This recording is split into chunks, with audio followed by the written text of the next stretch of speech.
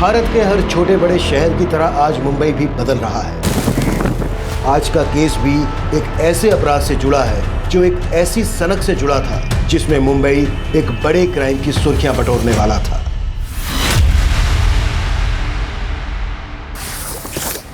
ये देखो, ये है Zenith cash management solution agency का बोरीवली सेंटर। इसके अंदर इतना पैसा है ना कि अगर आधा भी लूटोगे ना तो पूरी जिंदगी बदल जाएगी सबकी।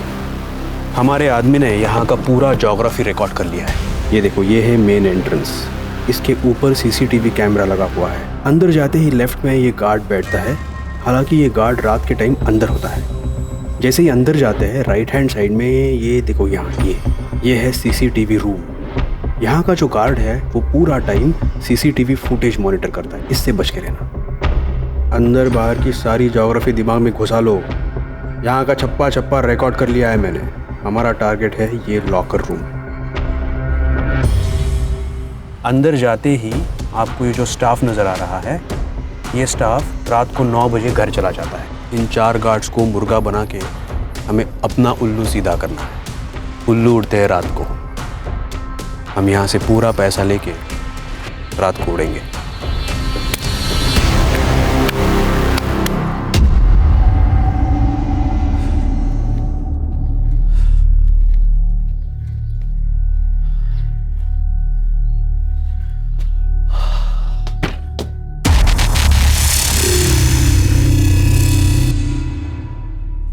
रानी,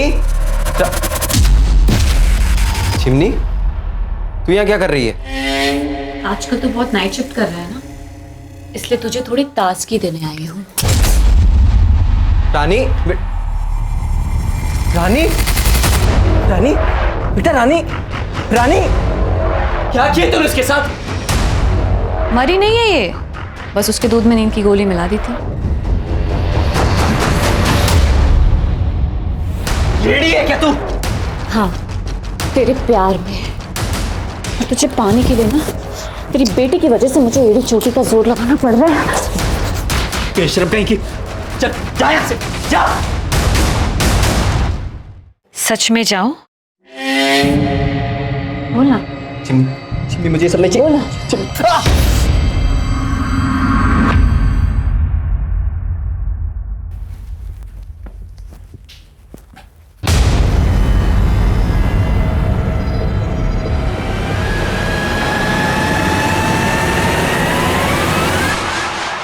तुम यहाँ? चेक कर रहा था तुम अकेली हो या कोई। अब खड़ी खड़ी क्या देख रही हो? दरवाजा खोलोगे या खिड़की से आ जाऊं?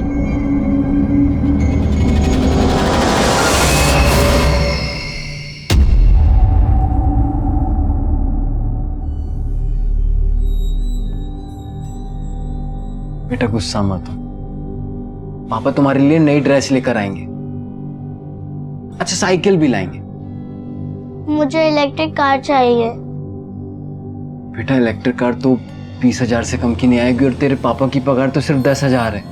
तो ठीक है, अपना ड्रेस लाओ ना साइकिल। बस आप वो गंदी आंटी से मिलना बंद कर दो और उनको मेरी मम्मी बनाने का सोचना भी मत। अच्छा ठीक है, नाराज मत हो। मैं काम से वापस आऊंगा ना तो बात करेंगे, ठीक है? और हाँ, वो गंदी आंटी आए तो दरवाजा मत खोलना।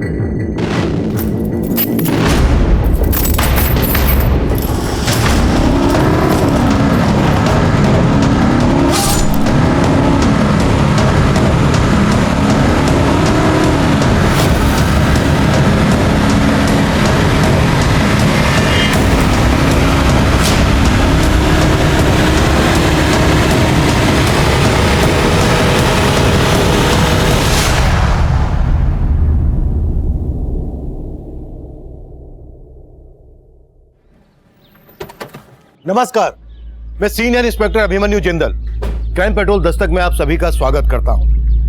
मुंबई अपनी नाइट लाइफ के लिए अच्छा खासा मशहूर है। कहते हैं मुंबई कभी नहीं सोता, पर 12 जून 2017 की रात को जो हुआ वो होश उड़ा देने वाला था। ज़ेनिथ कैश मैनेजमेंट एजेंसी, जो बैंकों का करोड़ों रुपया शहर के अलग अलग एटीएम में भरने का काम करती है, वहां करोड़ों रुपए की रॉबरी हुई थी। पर हैरान कर देने वाली बात यह है कि पैसों का लालच इस अपराध का मोटिव नहीं था। ये केस एक अजीब सनक से जुड़ा था। ये मेरे करियर के सबसे चैलेंजिंग केसेस में से एक था, और इस हादसे के बाद अगले 48 घंटे तक हमारे पास पलक झपकाने तक की फुर्सत नहीं थी।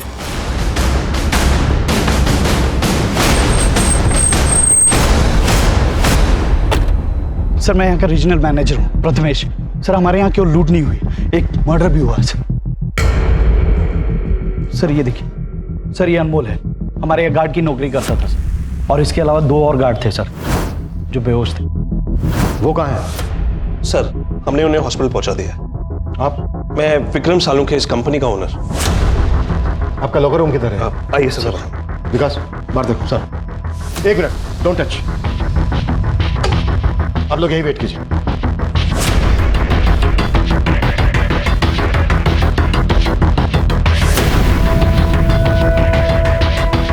जब ये सब हुआ तो आप लोग कहाँ थे? सर, ये सब देर रात में हुआ, तब यहाँ पे सिर्फ गार्ड्स थे।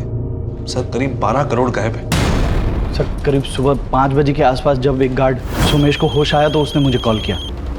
हेलो सर, यार लूट हुई है सर। व्हाट? सर, जब मैं यहाँ आया तो देखा सुमेश की हालत बहुत खराब थी।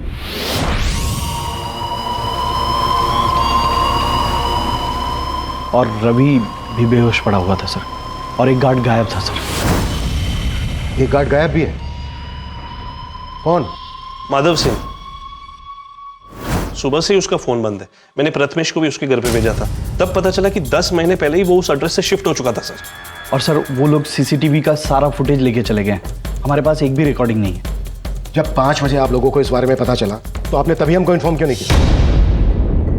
सर, हमने सोचा कि जो लोग बेहोश हैं उनको पहले हॉस्पिटल पहुंचा दे, और फिर हमने सोचा कि काउंटिंग कर लेते हैं कि कितना कैश गायब हुआ है। इसी सब में थोड़ा टाइम लग गया सर।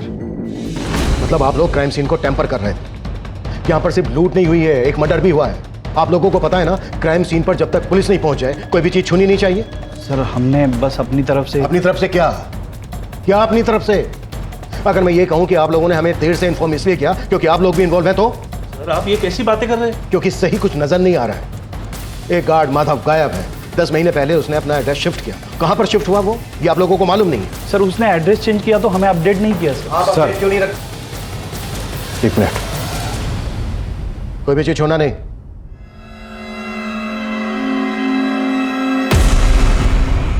ये देखिए सर, यहाँ के सीसीटीवी को कपड़े से ढक दिया गया है। अंदर सीसीटीवी के डीवीआरएस गायब है, यहाँ पर सीसीटीवी को कपड़े से ढक दिया गया है। सब कुछ बहुत ही प्लानिंग के साथ किया गया है। ये सब आपसी मिलीभगत के बिना पॉसिबल नहीं है। पाटिल, जो गार्ड माधव गायब है उसकी डिटेल पता करो और चेक करो अगर उसने एड्रेस शिफ्ट कर दिया है तो कहां पर शिफ्ट किया है। सर, विकास, लूट बहुत बड़ी है। इतनी बड़ी लूट का माल ले जाने के लिए उन्होंने कोई ना कोई गाड़ी का इस्तेमाल जरूर किया होगा। यहाँ आने वाले डायरेक्शन में जहां जहां सीसीटीवी है सब जगह चेक करो। स्पीड चौकी, टोल नाका, सब पर अपडेट करो। Okay sir.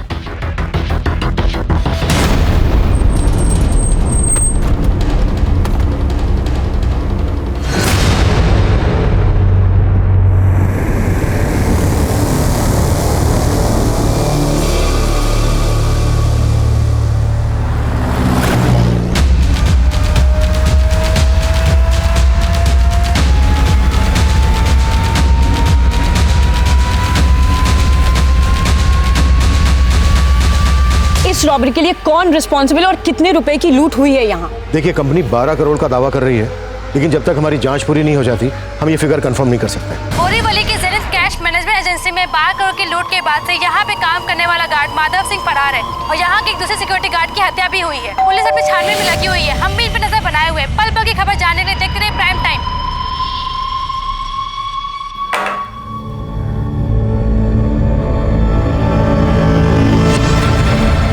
गुड मॉर्निंग भाभी जी। भाई रेडी है क्या जॉगिंग के लिए? नहीं, वो तो नहा रहे हैं। आज जॉगिंग पे नहीं जाएंगे, उनकी तबीयत ठीक नहीं है। अरे भाभी जी, आपके हाथ पे खून, चोट लगी है क्या? नहीं नहीं, वो सब्जी काट रही थी ना तो थोड़ा सा लग गया। काव्या, आपको कुछ और कहना था? नहीं भाभी, चलता हूँ।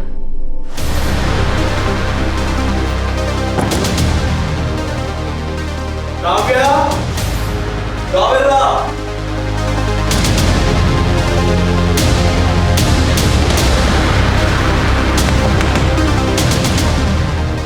ये टॉवल पकड़ो। रानी, रानी बेटा दरवाजा खोलना। मैं नहीं खोलूंगी दरवाजा, अब चले जाओ यहाँ से।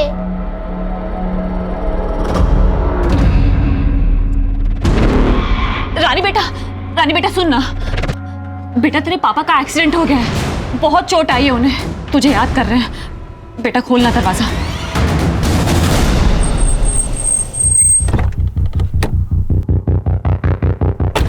सर मुझे पता ही नहीं चला सर, कल रात क्या हुआ था। बस इतना याद है, करीब 12 साढ़े 12 बजे अनमोल ने सबके लिए चाय बनाई थी। अरे सोमेश भैया, आइए चाय पीजिए, दिन भर गेम खेलते रहते हैं। आ रहा हूँ। आइए आइए। रवि भैया, हाँ चाय पीजिए, मजा आ जाएगा। फिर माधव को किसी का फोन आया, फोन पे बात करने के बाद उसने भी चाय पी सर। चाय में ऐसा क्या मिला है बे? सर भारी भारी सा लग रहा है। सर चाय में कुछ मिला हुआ था सर, पता ही नहीं चला कब आँख लग गई, और जब आँख खुली तो मैंने देखा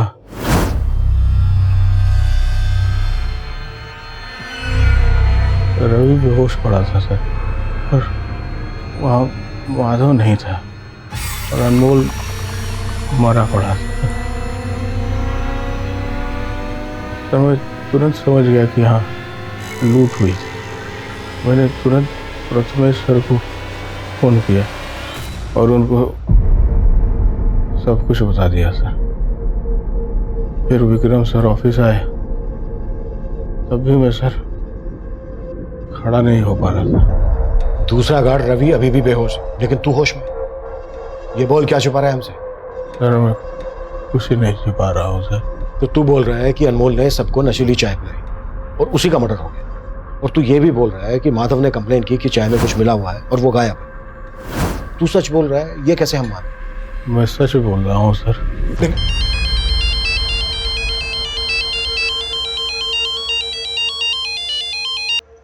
हाँ पटेल सर, मैंने कंफर्म किया, माधव ने जो ऑफिस में एड्रेस दिया था 10 महीने पहले तक वो अपनी बेटी और बीवी के साथ में वहीं रहता था, लेकिन 10 महीने पहले उसकी बीवी की मौत हो गई और वो कहीं और शिफ्ट हो गया। कहाँ शिफ्ट हुआ, कुछ पता चला? यस सर, एक पड़ोसी ने बताया कि वो आजकल जोगेश्वरी में रह रहा है। तुरंत जोगेश्वरी के लिए निकलो और मुझे सब कुछ अपडेट करो। Okay sir. और कितनी दूर है वो हॉस्पिटल जहाँ पापा भर्ती है? आप कुछ बोलो ना, कहीं आप मुझसे झूठ तो नहीं बोल रही ना?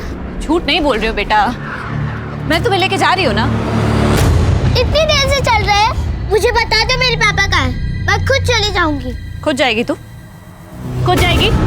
बित्ती भर की लड़की बड़बड़ करती रहती है। चल चुपचाप चल। इस गार्ड सोमेश, प्रथमेश, विक्रम, किसी के भी बयान पर भरोसा नहीं किया जा सकता। इनके बयान से ऐसा लग रहा है जैसे माधव इस समय इन्वॉल्व है, पर अकेले माधव इतनी बड़ी लूट को अंजाम नहीं दे सकता। आई थिंक कि इन सबकी मिलीभगत है। ऐसा ही लग रहा है सर, क्योंकि जिस गार्ड अनमोल का मर्डर हुआ है ये सोमेश उसी पे नशीली चाय पिलाने का आरोप लगा रहा है। ज़ैनित कैश मैनेजमेंट एजेंसी में काम करने वाले हर आदमी की डिटेल निकाल। अनमोल की फैमिली का पता चला? सर अनमोल की फैमिली यूपी में रहती है। अनमोल यहाँ मुंबई में एक खोली में अकेला रहता था, यहाँ उसका कोई रिश्तेदार नहीं। अनमोल की फैमिली को अनमोल के बारे में बताओ। Okay sir.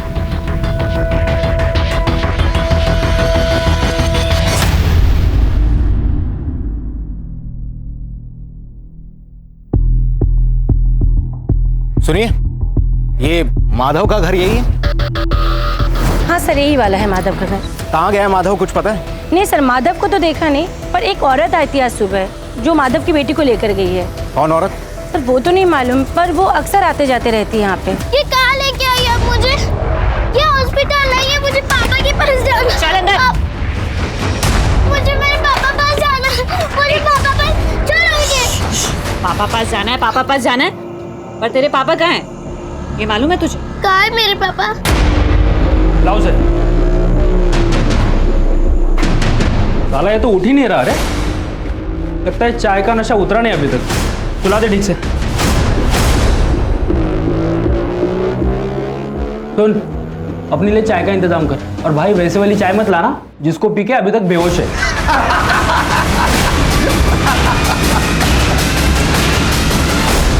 सर, हमने ज़ेनिथ कैश मैनेजमेंट एजेंसी की तरफ जाने वाले हर रास्ते का सीसीटीवी चेक किया।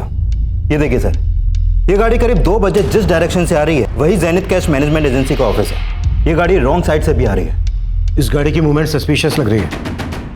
हो सकता है लूट का पैसा इसी गाड़ी से ले जाया गया। लेकिन सर, गाड़ी का नंबर क्लियर नहीं दिख रहा। विकास, ये रेड कलर की एसयूवी है। नाकाबंदी पर रेड कलर की एसयूवी के बारे में अपडेट कर। Okay sir.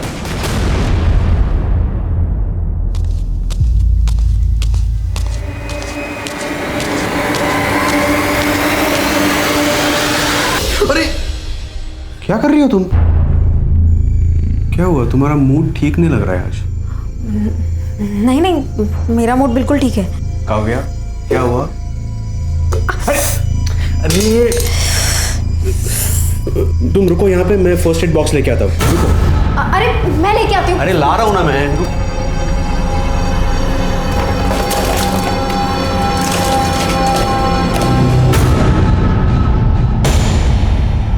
अब रो के क्या साबित करना चाहती हो तुम? मैं भी मर जाती हूँ, तुम मुझे मार दो। अगर तुमसे प्यार ना करता होता तो कब का मार चुका होता तुम्हें। इस आदमी के लिए तुमने मुझे धोखा दिया, ये मानती हो कि नहीं? तुम बोलती क्यों नहीं हो? अफसोस है कि नहीं तुम्हें?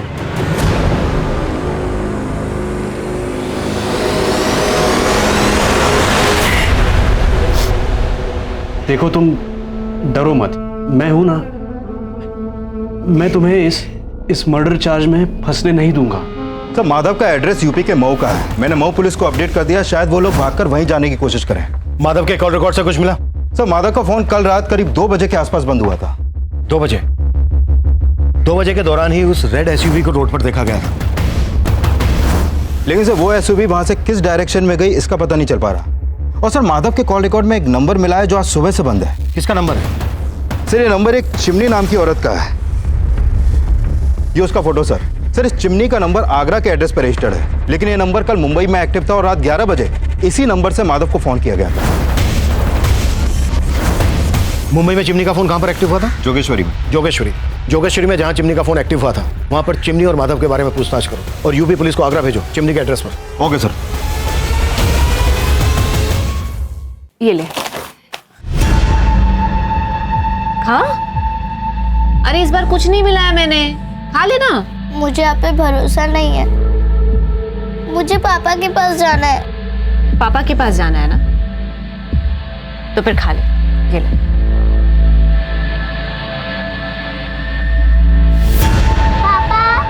बस बेटा 1 मिनट और मेरी रानी बेटी का चीनी वाला पराठा तैयार।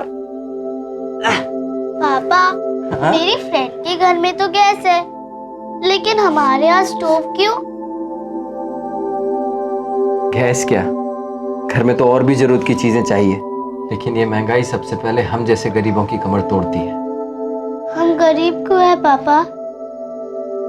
बेटा तू फिक्र मत कर, तेरे पापा हमेशा ऐसे थोड़ी ना सिक्योरिटी गार्ड बन के रहने वाले हैं। एक दिन हम भी तरक्की करेंगे, खूब सारे पैसे होंगे, बहुत बड़ा घर होगा हमारा। घर तो होगा पापा, लेकिन उसमें मम्मी नहीं होगी ना। ले खा ले।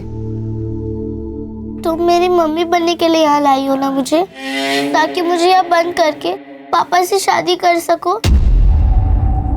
देख, मैं तेरे पापा के साथ जो कुछ भी करूंगी ना, उसमें तू कुछ नहीं कर पाएगी। साला ये तो उठ ही नहीं रहा रे। कहीं नशे की चाय पी के टपक तो नहीं गया?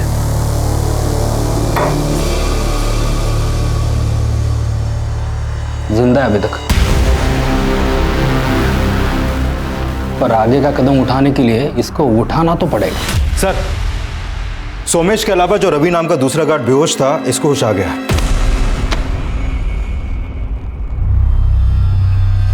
सर, सोमेश सही कह रहा। अनमोल ने हम सबके लिए चाय बनाई थी और चाय पीने बाद मैं बेहोश हो गया था। लूट करने जो लोग आए थे वो कौन थे? साहब लूट ऐसा कुछ मेरे सामने हुआ ही नहीं। वो तो आज मुझे होश आया तो मुझे पता चला लूट का और अनमोल के मर्डर के बारे में। तू और सोमेश एक ही रात लाप रहे हो, कहीं ऐसा तो नहीं है कि किसी ने तुम्हें पढ़ा के रखा है कि क्या बोलना है और क्या नहीं बोलना, और तुम सब कहीं बेहोश होना भी एक साजिश का हिस्सा है? ऐसा कुछ नहीं, हम जो करें वो सही है साहब। जेनिथ कैश मैनेजमेंट में हुई लूट के बाद आम जनता सोशल मीडिया के थ्रू कंपनी की काफी आलोचना कर रही है, पर पुलिस का दावा है कि इस मामले को जल्दी से जल्दी सुलझा लिया जाएगा। सर, इन दोनों के ब्लड में नशीली दवा के ट्रेसेस हैं, लेकिन अनमोल के ब्लड में इस तरह के कोई ट्रेसेस नहीं मिले। मतलब अनमोल ने वो चाय पी ही नहीं थी? रवि और सोमेश दोनों का कहना है कि अनमोल ने ही वो चाय बनाई थी और अनमोल ने ही चाय सबको सर्व भी की थी। इसका मतलब ये हुआ कि माधव के साथ साथ इस रॉबरी में अनमोल का भी हाथ था।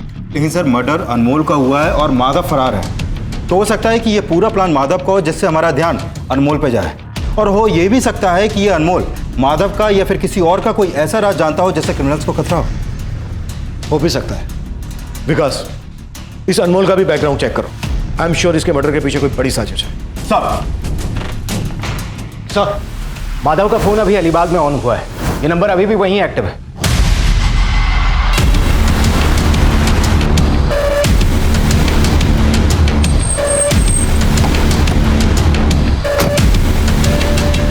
क्या हो गया साहब? माधव का है? कौन माधव साहब? वही जिसका फोन है, ये कहाँ है वो? मुझे नहीं पता साहब कौन माधव, किसका फोन? बोल। साहब मुझे नहीं पता है, फोन मेरी गाड़ी में कैसे आया? इस आदमी को अपनी गाड़ी के आसपास कहीं देखा है? नहीं साहब, इस आदमी को तो नहीं देखा। हाँ साहब, मैं सवारी उतार के अलीबाग चाय पीने के लिए रुका था साहब। मैंने वहाँ देखा कि एक आदमी बार बार मेरी गाड़ी के आसपास मंडरा रहा है। अभी जरूर सारा कालाकांडी उसी आदमी का किया जा रहा है। उस ड्राइवर पर भरोसा नहीं किया जा सकता विनय। सर, अभी तक तो उसने कुछ उगला नहीं है, लगता है सच बोल रहा है। उस ड्राइवर ने जिस चाय की दुकान के आसपास उस आदमी को देखा था, वहाँ पर छानबीन करवाओ। हो सकता है माधव की वहाँ से कोई लीड मिल जाए। सर, आगरा पुलिस चिमनी के नेटिव एड्रेस पे पहुंची थी। वहाँ उसकी माँ से पता चला कि चिमनी ये मुंबई में जोगेश्वरी में रहती है। जोगेश्वरी में कहाँ?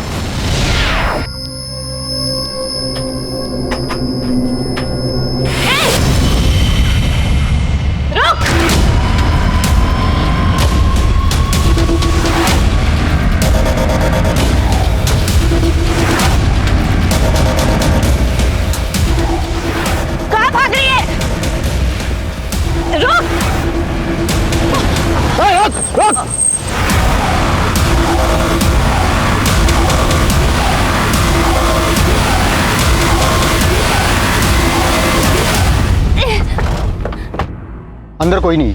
वो बहुत गंदी आंटी अंकल, वो मुझे यहाँ ले आई, मुझे पापा के पास भी नहीं जाने दे रही। मुझे पापा के पास जाना है। बेटा, आपके पापा हैं कहाँ भाई? आंटी बोली कि पापा का एक्सीडेंट हो गया। साहब, मेरे को नहीं पता माधव कहाँ है। वो तो मैंने वो खबर में देखा था टीवी में कि माधव जहाँ काम करता है वहाँ बहुत बड़ी लूट हो गई थी साहब, और माधव भी लापता है। मैं उसकी बेटी को इसीलिए ले आई थी, मेरे को लगा कि आप उसको परेशान करेंगे। माधव के साथ क्या रिश्ता है तेरा? साहब, मैं वो माधव से बहुत प्यार करती है साहब, और माधव अपनी बेटी से। मैंने उसकी बेटी के साथ कुछ गलत नहीं किया है साहब। मैं तो उसका ख्याल रख रही थी, उसे खाना खिला रही थी साहब, उसकी माँ जैसी थी मैं साहब। लेकिन उसकी बेटी मेरे को पसंद नहीं करती थी साहब। मैं ये सब करके उसका दिल जीतना चाहती थी, ताकि जब माधव वापस आए तो उसे ये सब देखकर अच्छा लगे, और वो भी मुझसे शादी बनाना चाहे साहब। योगिता, जब तक ये सच ना बोलते ना, हाथ रोकना मत। साहब,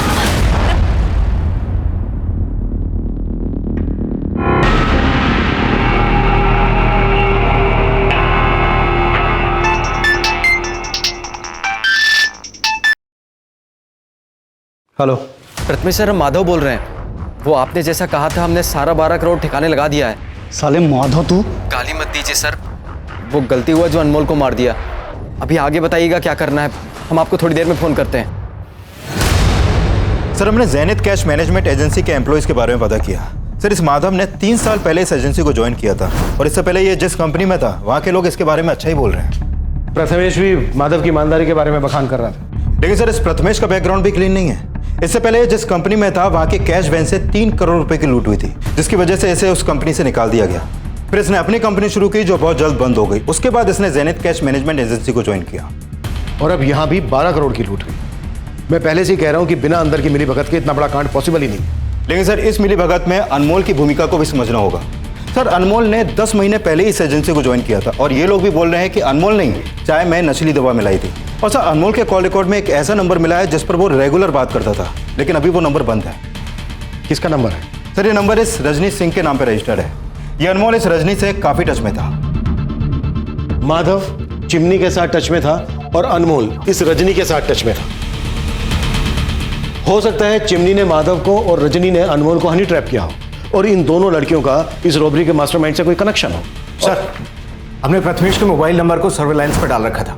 अभी उसको अलीबाग के पीसीओ से कॉल आया था और कॉल करने वाला अपना नाम माधव बता रहा था। सर माधव मुझे फंसा रहा है, मैं सच बोल रहा हूँ सर, मेरे कहने पे कुछ नहीं हुआ है सर। सर मुझे नहीं पता कि उसने मुझे फोन क्यों किया। मुझे पता है कि तू माधव की पैरवी क्यों कर रहा था। अनमोल भी तेरे साथ इस प्लानिंग में शामिल था ना? क्यों मारा उसको? सर मैंने अनमोल को नहीं मारा, मैंने किसी को नहीं मारा। आप मेरी बात समझने की कोशिश करिए। माधव की गर्लफ्रेंड चिमनी और अनमोल की गर्लफ्रेंड रजनी, इनसे क्या कनेक्शन है तेरा? सर मैं किसी चिमनी किसी रजनी को नहीं जानता हूँ। जहाँ पर तू पहले काम करता था वहां पर 3 करोड़ की लूट हुई थी।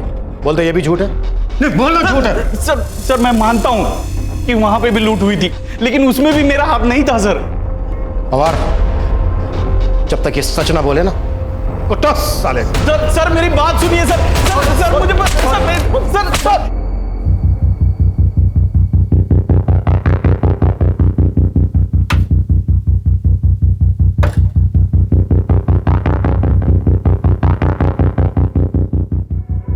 सुनिए, 1 मिनट आएंगे जरा।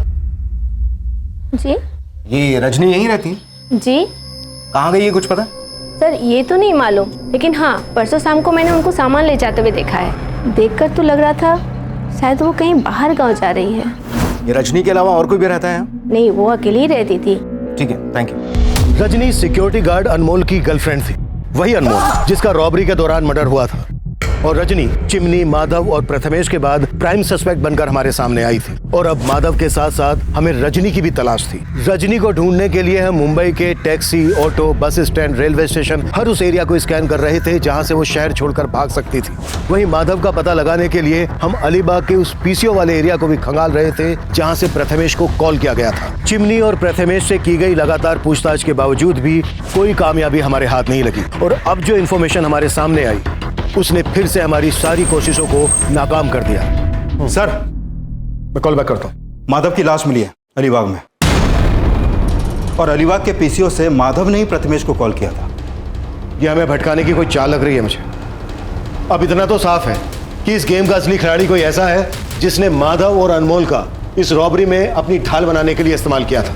सर वो जो कोई भी है उसका मकसद प्रथमेश को फंसाना हो सकता है, क्योंकि मुझे नहीं लगता कि यह प्रथमेश पूरे प्लान का मास्टरमाइंड है, क्योंकि उसे पता तो होगा ही कि उसका फ़ोन हमारे सर्विलेंस में है, तो वो इतनी बड़ी गलती तो करेगा नहीं कि किसी क्रिमिनल से अपने ही फ़ोन पर बात करे। तो मुझे लगता है कि इन सब के पीछे रजनी का हाथ है। रजनी इन्वॉल्व तो है इसमें। एक बार रजनी हमारे हाथ लग जाए उसके बाद मास्टरमाइंड भी हाथ में आ जाएगा। हाँ पाटिल। सर अभी कंट्रोल रूम से फोन आया था, हमारे एरिया में एक आदमी की डेड बॉडी मिली है।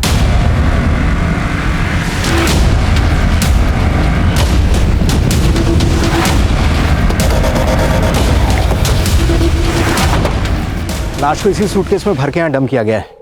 सर पर किसी ने भारी चीज से वार किया है। हमारी सारी टीम 12 करोड़ के रॉबरी केस पे लगी हुई है और अब ये मर्डर केस।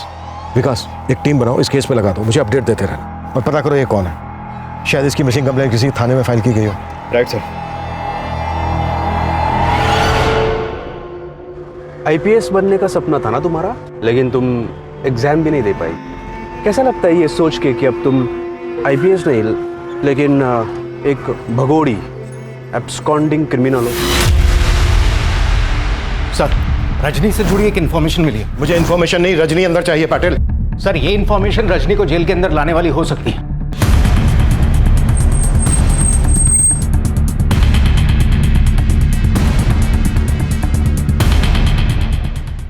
ये लाश जो हमें लावारिस हालत में मिली थी, इसकी कहीं कोई मिसिंग कंप्लेंट दर्ज नहीं है, लेकिन मैंने उसका बायोमेट्रिक्स करवाया था। इसका नाम रजत बागले है, बोरीवली के LIC कॉलोनी का रहने वाला है। इसके घर पर जाओ, देखो कुछ ना कुछ हाथ जरूर लगे।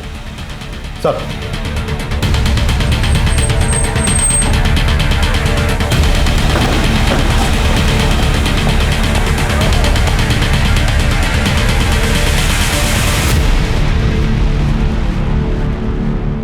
सर मेरा इस लूट से कोई लेना देना नहीं है। मेरा यकीन कीजिए मैं इसमें शामिल नहीं थी। तो फिर गायब क्यों थी? सर मैं बेकार में ही अनमोल के चक्कर में फंस गई थी। उसने कहा था कि उसे 1 करोड़ रुपए मिलने वाले हैं। सच? 1 करोड़? मजाक कर रहा है क्या? कौन देगा तुझे 1 करोड़? है एक सीक्रेट, इस बार ना बहुत बड़ा हाथ मारने वाला हूँ, उसके बाद ना अपनी लाइफ सेट है। सर अनमोल ने अपने दोस्तों के साथ मिलकर ये लूट प्लान की थी। उसने मुझसे कहा था कि लूट के हिस्से का पैसा वो मुझे ला कर देगा, लेकिन कोई नहीं आया और अनमोल का मर्डर हो गया। सर मैं बहुत डर गई थी, इसलिए अपनी मौसी के यहाँ आ गई। अनमोल ने अपने किन दोस्तों के साथ मिलकर ये सब प्लान किया था? सर मुझे इस बारे में कुछ भी नहीं पता, मैं सच कह रही हूँ सर, मुझे कुछ नहीं पता। सर यहाँ कल से ताला लगा हुआ है। रजत भाई अपनी बीवी के साथ यहाँ रहते थे, लेकिन सर बात क्या हुई? हमें रजत की लाश मिली है। लाश? हाँ। ये रजत की बीवी कहाँ होगी अभी, कुछ मालूम है तुम्हें? सर उसके बारे में तो मुझे नहीं पता, लेकिन एक दिन पहले जब मैं यहाँ पे आया था तो रजत की बीवी मुझसे बोली आज जॉगिंग पे नहीं जाएंगे, उनकी तबीयत ठीक नहीं है। और सर उसके बाद शाम को मैं यहाँ रजत को मिलने आया था, लेकिन उनकी बीवी ने बोला कि वो घर पर नहीं है। इसका मतलब वो झूठ बोल रही थी मुझसे।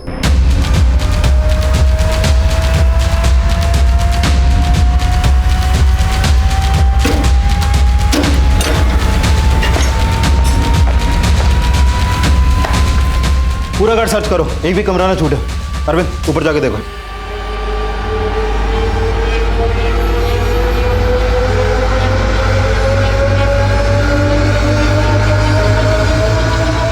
ये रजत की वाइफ? जी सर, ये रजत की वाइफ और ये रजत है। सर रजनी अभी वही बोल रही है कि अनमोल के साथ उसके किसी दोस्त ने ये रॉबरी प्लान की थी, लेकिन माधव के अलावा तो किसी ऐसे दोस्त का पता नहीं चला है जिस पर शक किया जा सके। हाँ विकास, रजत की बीवी गायब है और उसके घर से ब्लड ट्रेसेस भी मिले हैं, और पड़ोसियों से पूछताछ में पता चला है कि काव्या के साथ कल यहाँ एक आदमी भी देखा गया था। हो सकता है ये कोई एक्स्ट्रा मैरिटल अफेयर का एंगल हो। विकास मुझे सेकंड लाइन पर एक कॉल आ रहा है, तुम ऐसा करो काव्या का लुकआउट नोटिस जारी करवाओ और इसके कॉल रिकॉर्ड्स भी चेक करो। ओके? Hello, what? पूरा में कहा?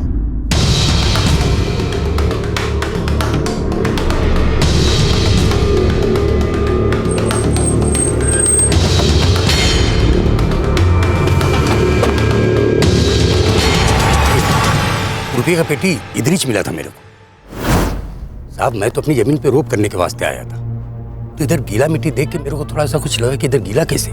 मेरा जमीन मैंने खोदा नहीं तो फिर किसने खोदा? मैंने खुदाई किया साहब, देखा तो उसके अंदर पैसे का पेटी। मैं तो सोच में पड़ गया कि मेरी जमीन पे इतना पैसा किसने गाड़ा। साहब इतना पैसा देख के तो एक बार मेरे दिल में भी थोड़ा लालच आ गया था, लेकिन साहब उसके अंदर उसके ऊपर मैंने कंपनी का नाम देखा लिखा हुआ, और पेपर में पढ़ा था मैंने कुछ कंपनी में चोरी बीरी कैसा पढ़ा था, वो हिसाब से फिर मैंने आपको खबर किया। आपको इसका जरा भी अंदाजा नहीं है कि कोई आपके खेत में इतना सारा पैसा क्यों गाड़ेगा? मैं क्या बोल सकता हूँ साहब, मेरे को तो कुछ समझ में नहीं आ रहा है। सर पुणे पुलिस ने उस ट्रंक के कैश की काउंटिंग की, उसमें तकरीबन 6 करोड़ रुपया था, जबकि लूट हुई 12 करोड़। पाटिल, इससे भी बड़ा सवाल यह है कि रॉबर्स ने इतना सारा पैसा यहाँ पर क्यों और किस मकसद से गाड़ा? हो सकता है वो इसी एरिया का रहने वाला हो और यहाँ पर रहकर इस पर नजर रख रहा हो। एक काम करो पाटिल, इस एरिया का डंप डेटा निकलवाओ, हो सकता है कोई ऐसा नंबर हाथ लग जाए जो रॉबरी के वक्त मुंबई में एक्टिव हो। सुनो,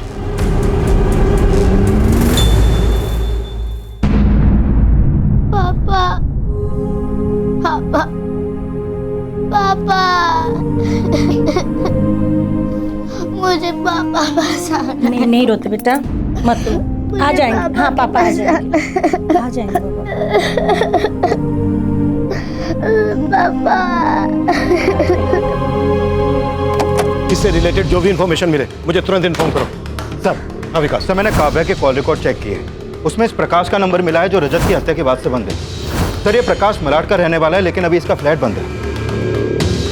मतलब रजत का मर्डर प्रकाश और काव्या ने किया है? प्रकाश के कुंडली निकलवाओ। Okay sir. 12 जून 2017 की रात को हुई 12 करोड़ की रॉबरी और मर्डर के बाद उस दौरान सामने आया रजत वागले मर्डर केस भी कई चौंकाने वाले खुलासों से भरा था। रजत की बीवी काव्या और उसका दोस्त प्रकाश अब भी फरार थे। एक तरफ हम उनकी बैकग्राउंड चेक कर रहे थे, वहीं दूसरी तरफ हम उस एरिया का डंप डेटा भी स्कैन कर रहे थे जहां लूट के 12 करोड़ में से 6 करोड़ एक गरीब किसान के खेत में गाड़ कर छिपा दिए गए थे। और अब जो हमारे सामने आया वो हमारी सोच से भी परे था। सर, पुणे के शिवाजी नगर के डंप डेटा में जहां पर वो ट्रंक मिला था, इस हिस्ट्री शीटर रमेश शिंदे का नंबर मिला है। पता चला है कि रॉबरी के वक्त इसका नंबर मुंबई में एक्टिव था और रॉबरी के बाद से बंद आ रहा है। यानी इस रॉबरी में इस हिस्ट्री शीटर रमेश शिंदे का हाथ है? सर, इस रजत वागले मर्डर केस का भी तो इससे कनेक्शन हो सकता है। वो कैसे? सर, रमेश के कॉल रिकॉर्ड्स में हमें इस प्रकाश का नंबर मिला और पता चला है कि 1 साल पहले तक प्रकाश और प्रथमेश आपस में टच में थे।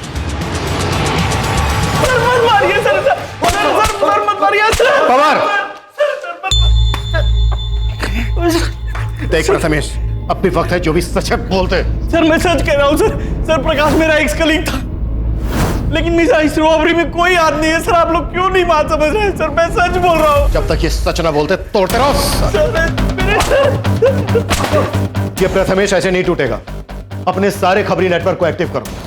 कैसे भी करके प्रकाश, काव्या और हिस्ट्री शीटर रमेश शिंदे का पता लगाओ। ये सब एक ही थाली के चट्टे बट्टे हैं। क्लियर? ऑफ।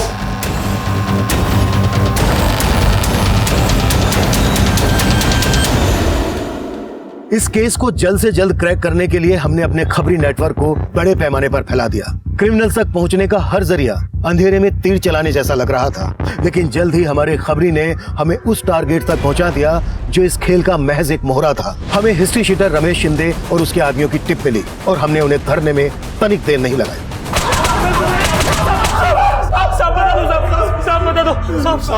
साहब हमने तो सिर्फ लूट की थी, मुझसे ये सब करवाने वाला प्रकाश है साहब। यह है ज़ेनिथ कैश मैनेजमेंट एजेंसी का बोरीवली सेंटर। बाकी का पैसा कहाँ है?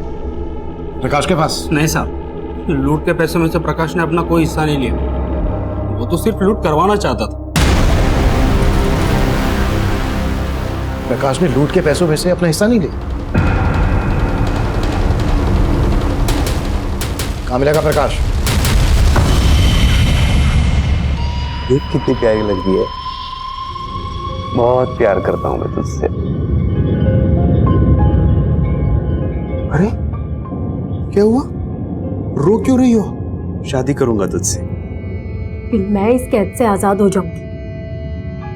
मेरा बस चलेगा ना, अपनी जान दे दूंगी मैं। काव्या प्यार करता हूं मैं तुझसे, तू समझ नहीं पाई मेरे प्यार को काव्या। मैं नहीं जानती थी सर कि प्रकाश ने कोई रॉबरी प्लान की थी। अब तुम ये भी कहोगी कि तुमने अपने पति का मर्डर प्लान नहीं किया था? तुम दोनों ने मिलकर ही मारा ना रजत को? काश साले पहले खिड़की से आता था, तो दरवाजे से आने लगा है। अरे मैं खिड़की से ही आ रहा था, मैंने देखा मुझे काव्या का गला दबाया। अरे मेरी काव्या वो मुझसे प्यार करती है, तुझसे नहीं।